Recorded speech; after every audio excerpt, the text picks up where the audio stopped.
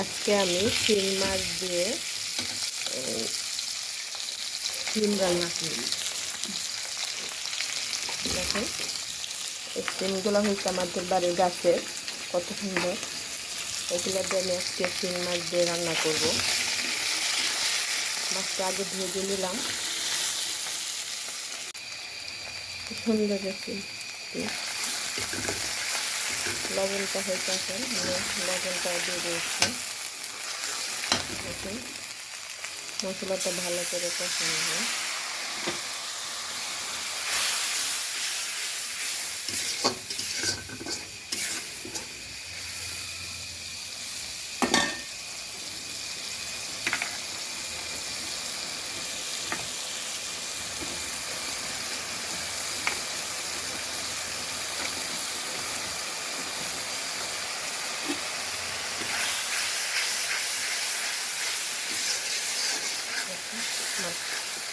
মশলাটা কষানো হয়ে গেছে,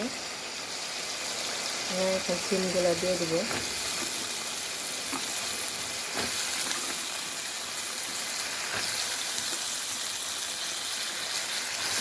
আমার শিমটা দেখেন কত সুন্দর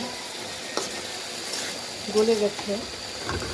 গাছের শিম তো তার জন্য দেখেন কত সুন্দর কালারটা আসছে।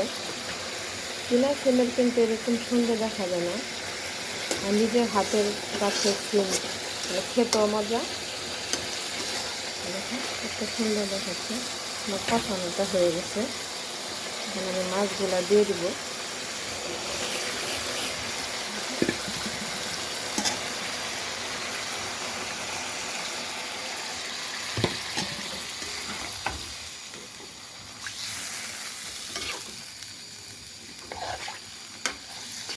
আপনারা এইভাবে আপনাদের গাছের শিমগুলা রান্না করে খাবেন।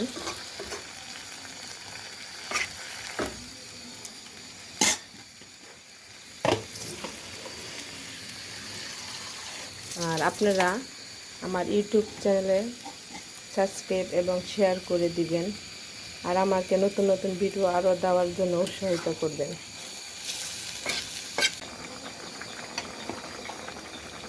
এখন আমার শিম তরকারিটা হয়ে গেছে,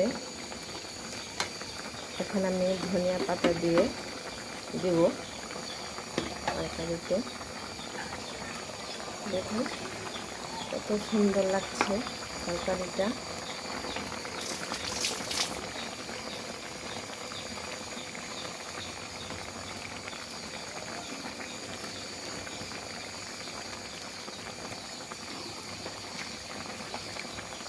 আর আমার ইউটিউব চ্যানেল নাবিলা জাহান শিফা, আপনারা সবাই সাবস্ক্রাইব এবং শেয়ার করুন।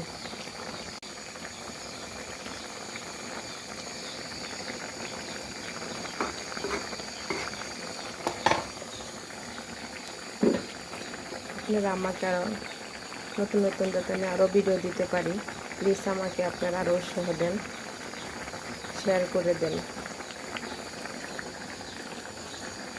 আল্লাহ হাফেজ।